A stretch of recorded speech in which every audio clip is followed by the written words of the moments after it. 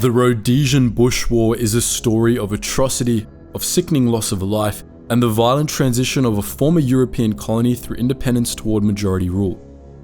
With civilians on both sides murdered and brutalized, and with allegations of chemical warfare and domestic terrorism thrown back and forth across the divide, this is a grim period of African history, not to mention a confusing one. We know that Rhodesia as a nation no longer exists and is instead Zimbabwe.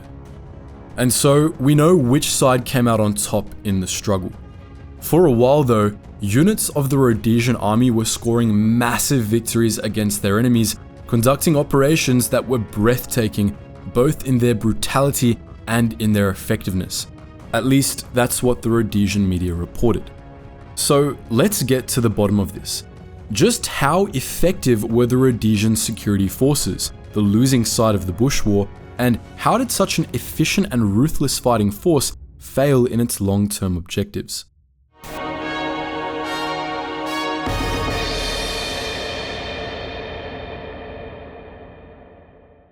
Conflict in Rhodesia began not so much with an explosion of violence as with a glimmer of hope. The hope that a peaceful, meaningful transition to multiracial governance could be achieved. The roots of the conflict stretch back to the early part of the 20th century when southern Rhodesia became a self-governing colony of the British Empire in 1923. But it wasn't until the 1950s that real change arrived on the horizon. First came the formation of the Central Africa Federation in 1953, bringing together southern and northern Rhodesia along with Nyasaland, or the modern countries of Zimbabwe, Zambia, and Malawi. Next was the reformation of the African National Congress in southern Rhodesia, often abbreviated as SRANC, in 1957. Under the leadership of Joseph Nkomo, the ANC was the first real African nationalist opposition to the local colonial authorities, and a body that was keen to play a big role in the future of this multiracial, multicultural union of British protectorates and colonies. The Central Africa Federation was pretty short-lived. The promise of a fruitful union just wasn't enough to stop the growth of independent sentiment across the three states, and the experiment lasted only a little over a decade.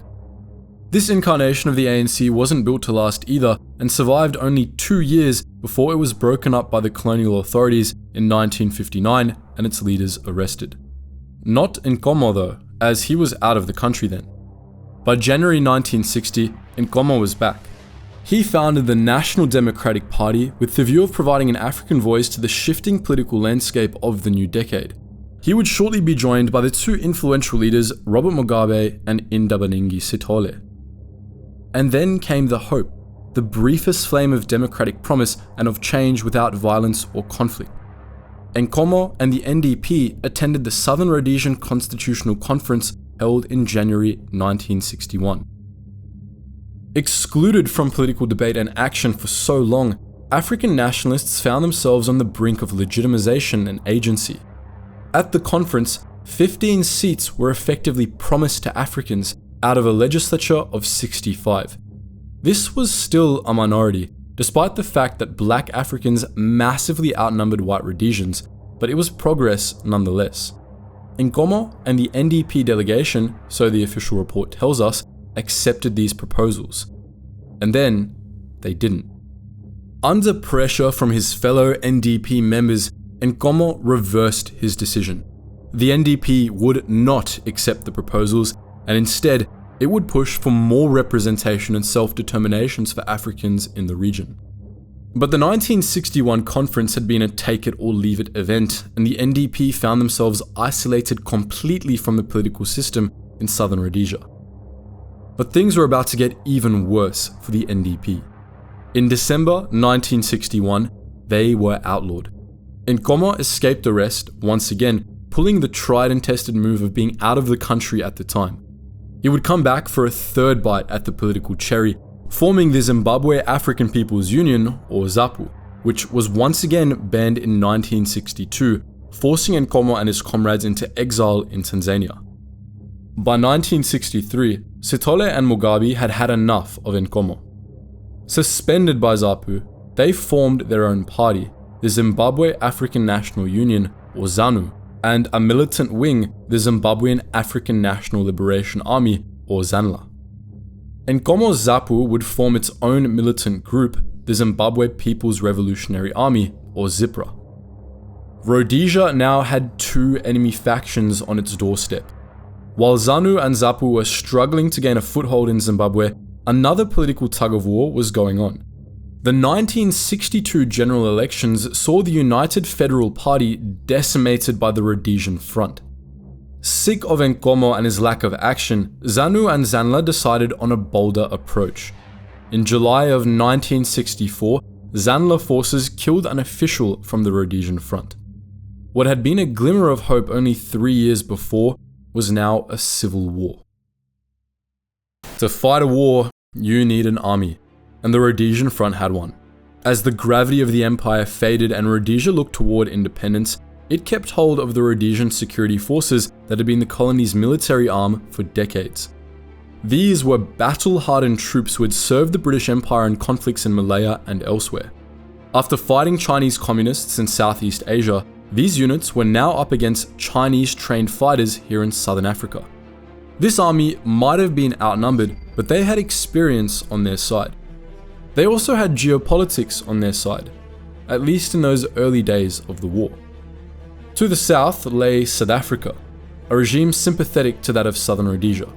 To the east, Mozambique, then still part of the Portuguese Empire. As insurgent attacks broke out in the mid-1960s, they were really concentrated along only a single front, the border with northern Rhodesia, by now Zambia. This gave the Rhodesian Security Forces a huge advantage, but there were other factors too. The early attacks by ZANLA and ZIPRA militants were limited in scope. They focused on attacking white landowners in locations accessible from the Zambian border and on disrupting oil pipelines delivering resources to Mozambique. These militants also seemed disinterested in pursuing any kind of recruitment or hearts and minds angle of operations. There were few attempts to rally local support, and instead, there were small-scale attacks followed by small-scale attacks, followed by more small-scale attacks. The Rhodesian forces found it relatively easy to pick these militants off. The Battle of Sonoya is a prime example of how these early years of conflict went. Often described as the first major engagement of the Bush War, Sonoya was a pretty one-sided affair. In April 1966, Rhodesian forces intercepted a ZANLA unit attempting to carry out insurgency activities in the north of the state. The Rhodesians engaged the insurgents, suffering no casualties and killing 7 ZANLA fighters. The surviving ZANLA troops disappeared back to the safety of the Zambian border. By the end of the decade, the Rhodesian forces were fully in control. Highly effective, incredibly well trained, and possessed of the kind of discipline and strategic resources the rebels just couldn't match, even with their communist training, the Rhodesians kept insurgency to a minimum. They completed routine patrols, engaged in sporadic firefights, and they kept ZANLA pegged back. ZANLA, aware that their efforts were not going well, sent fighters to the Soviet Union, to China, and to Cuba for training. The war was about to enter its second and altogether bloodier phase. In 1968, 4,500 miles away from Rhodesia, Portuguese dictator António Salazar suffered a massive stroke. Salazar, one of the last arch defenders of European colonies in Africa, would cling to life for 2 more years. Still, his ailing health spurred nationalist groups into action across Portugal's empire. By 1970, Salazar was dead, and by 1974, the empire was crumbling. Rhodesian Prime Minister Ian Smith now had a problem. The newly independent Mozambique wasn't quite so sympathetic to his cause of minority rule. The Bush War had just opened up another front, and Smith called the state of emergency. Security units were now operating outside of Rhodesia. In 1976, the Silos Scouts units crossed into Mozambique, obliterating a rebel training camp and wiping out hundreds of trainees. In Zambia, the ZIPRA group loyal to Nkomo downed 2 civilian airliners, seeking out survivors and executing them in the jungle. The Rhodesians drove into Zambia in response, conducting a mixture of conventional and special forces raids and claiming hundreds of kills. It is amid this escalation of violence that the ruthless efficiency of the Rhodesian Security Forces really began to show. The Silos Scouts, who we've already mentioned, became one of the most fearsome units of the entire war, conducting brutal missions with formidable levels of success. A unit that included black soldiers, the Scouts were able to use deceit, subterfuge, and local knowledge to achieve their objectives, tricking enemy combatants into a false sense of security and then eliminating them in cold blood. Operation Eland, for example, in 1976, pitted either 72 to 84 Scouts, reports vary, against up to 1,200 guerrillas. After masquerading as a friendly force and gaining entry to the rebel camp, the Scouts opened fire. Only 5 Scouts were wounded, while almost all of the guerrillas were killed. It has been alleged that the Silos Scouts used other tactics to achieve victory in the field, with some claiming that biological and chemical warfare was deployed by the unit. Accusations of murder, arson, and sexual assault were also leveled against the Scouts. The Rhodesian Special Air Services, or SAS, and the Rhodesian Light Infantry, RLI, were 2 more of the aces in Smith's hand. Well-drilled, well-led, and capable of frightening efficacy in the field, these troops were the scourge of the guerrilla fighters, both within Rhodesia and beyond the Mozambique and Zambian borders. Operation Dingo, also known as the Chimoyo Massacre in 1977, saw RLI paratroopers, supported by the aging aircraft of the Rhodesian Air Force, drop into enemy territory with a clear objective in mind. A formerly Portuguese-owned farm that intelligence suggested had become a massive insurgent camp. With the SAS alongside them, the RLI swept into the camp in a devastating operation that reportedly claimed the lives of 1,200 insurgents, with 2 Rhodesians killed. ZANU sources do not dispute these figures, but allege that the casualty list included hundreds of innocent civilians gunned down by the SAS and RLI, something the Rhodesian Security Forces denied. The naming of the Rhodesian SAS was not a coincidence. Until independence, the Rhodesians had served as an integrated squadron of the elite British SAS fighting force, earning the respect of their comrades in British uniforms. These troops were battle-hardened and extremely skilled. They also maintained strict trigger discipline, conserving ammunition and maintaining their effectiveness in the field for far longer than the rebel forces could. On an engagement-by-engagement basis, there was no contest. The Rhodesian Army was one of the most effective fighting forces the world has ever seen. What is the objective of a fighting force? What is the aim of military success? Well, to win a war, to emerge victorious. By 1977, Prime Minister Ian Smith understood he was facing a grave situation. The man who had been the architect of Rhodesian independence from the British Empire only 12 years before was now on the ropes, and the very existence of what he understood as Rhodesia was in doubt. Stepping up guerrilla attacks throughout the 1970s, black nationalist groups had begun to chip away at the resolve of white Rhodesians. Time and time again, the operations of these guerrillas failed. They were intercepted, engaged, and defeated by the highly effective units of the Rhodesian Security Forces. But a battlefield is not just a battlefield. To many, it is a livelihood, a place to work and live. And so, for many white farmers and landowners in Rhodesia, enough was enough. They began to leave.